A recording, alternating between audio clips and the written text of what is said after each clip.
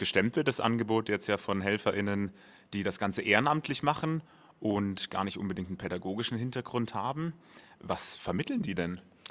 Vor allem Deutsch, aber auch etwaige andere Inhalte, die man eben zum Beispiel in einer Ausbildung macht. Wir bereiten auch auf andere Prüfungen vor. Also wir haben zwei Optionen. Bei der ersten Option, da sprecht ihr euch mit einem festen Partner oder festen Partnerin ab, wann und wo ihr euch trefft.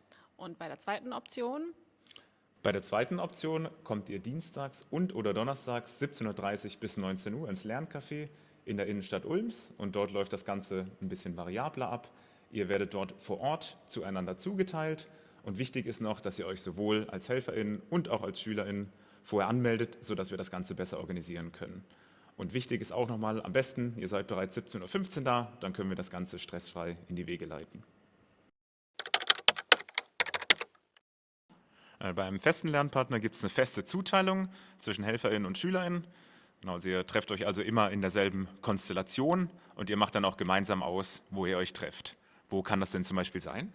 also viele treffen sich gerne online, zum Beispiel über Zoom oder Google Meetings, aber andere Tandems treffen sich auch gerne persönlich, dann eben in der Stadt, im Café oder in der Bibliothek oder ihr sprecht uns einfach an und wir geben euch ein paar Tipps, wo man sich treffen kann.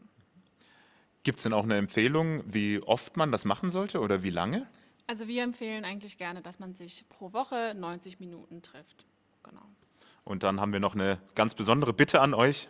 Genau, und zwar wollen wir, dass unsere Tandems einmal pro Monat uns schreiben und dokumentieren, wie oft sie sich mit ihrem Partner, ihrer Partnerin getroffen haben, weil wir ja von der Stiftung finanziert werden und denen sagen wir immer gerne, was wir so pro Jahr an Nachhilfe machen. Also vor Ort gibt es keine festen Tandems. Und bevor man als Schüler oder Schülerin zum ersten Mal kommt, muss man sich auch erst einmal online anmelden und dann wird man in eine WhatsApp-Gruppe aufgenommen. Und wie funktioniert denn jetzt das Ganze? Wie wird das dann organisiert? Also man muss in der WhatsApp-Gruppe einmal vorher Bescheid geben, dass man kommen will. Dann bekommt ihr eine Rückmeldung, ob ihr auch kommen dürft, denn wir haben nicht jede Woche für alle Platz. Und dann kommt ihr eben im besten Fall 17:15 Uhr vorbei. Um 17:30 Uhr geht es dann los. Dann habt ihr 90 Minuten Zeit zusammen zu lernen. Ihr werdet dann vor Ort immer flexibel einem Helfer oder einer Helferin zugeteilt.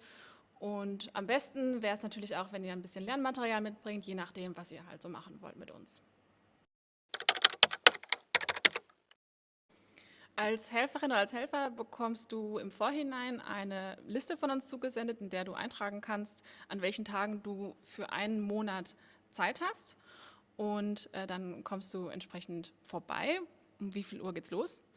Pünktlich um 17:30 Uhr geht's los und dann werdet ihr einfach je nach Bedarf und auch je nach euren individuellen Präferenzen Schüler oder Schülerinnen zugeordnet. Und dann habt ihr gemeinsam 90 Minuten Zeit, um zu lernen. Genau. Und wenn ihr mal keine Zeit habt spontan, dann wäre es gut, wenn ihr eben spätestens 24 Stunden vorm Termin absagt. Du musst mindestens 18 Jahre alt sein, also volljährig sein. Und außerdem solltest du einen Sprachkurs belegt haben oder belegen. Und dann kannst du dich online anmelden. Und wie geht das Ganze denn dann weiter? Ja, wir melden uns dann bei dir und erklären dir, wie der ganze Ablauf ist, was du machen musst. Wir können all deine Fragen beantworten. Und ja, manchmal dauert das ein bisschen, ein paar Tage, eine Woche oder so, bis wir uns bei dir melden, aber wir vergessen niemanden.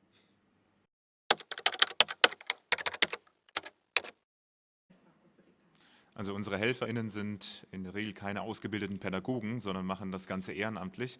Und deswegen ist es uns einfach wichtig, dass ihr als Schüler oder als Schülerin einfach die Grundlagen schon mal vermittelt bekommen habt.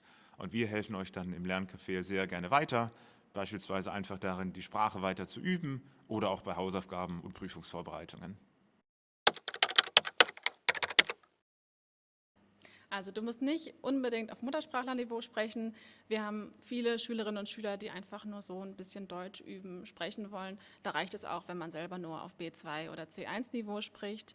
Und ja, die fortgeschrittenen Schülerinnen und Schüler werden natürlich dann eben den Helfern zugeteilt, die sich das auch zutrauen. Also Schaden tut das Ganze natürlich nicht, aber es ist definitiv keine Voraussetzung. Und wenn es SchülerInnen gibt, die intensiv an ihrer Grammatik arbeiten möchten, dann finden wir auch immer einen passenden Helfer oder eine passende Helferin. Aber wo liegt denn für die meisten Schülerinnen der Schwerpunkt? Also die meisten wollen wirklich einfach nur sprechen üben und bringen Hausaufgaben aus dem Sprachkurs mit, den die meisten hier eben belegen. Und dafür reicht es dann aus, wenn man so die intuitive, grundlegende Grammatik drauf hat. Da weiß man meistens auch noch mehr, als man denkt. Ja, und die komplizierteren Teile der Grammatik, die lernen unsere Schülerinnen und Schüler dann eben im Sprachkurs. Also deine Aufgabe wird vor allem sein, Deutsch zu sprechen, zu üben und zu korrigieren. Das liegt ganz einfach daran, dass die meisten Schülerinnen und Schüler hier eben Zugewanderte sind, die nach ihrer Ankunft Deutsch lernen wollen und müssen. Und daher ist das so der Großteil der Arbeit hier. Aber wir bieten natürlich auch andere Sachen an. Genau, wir versuchen auch fachliche Unterstützung beispielsweise in der Berufsausbildung zu organisieren.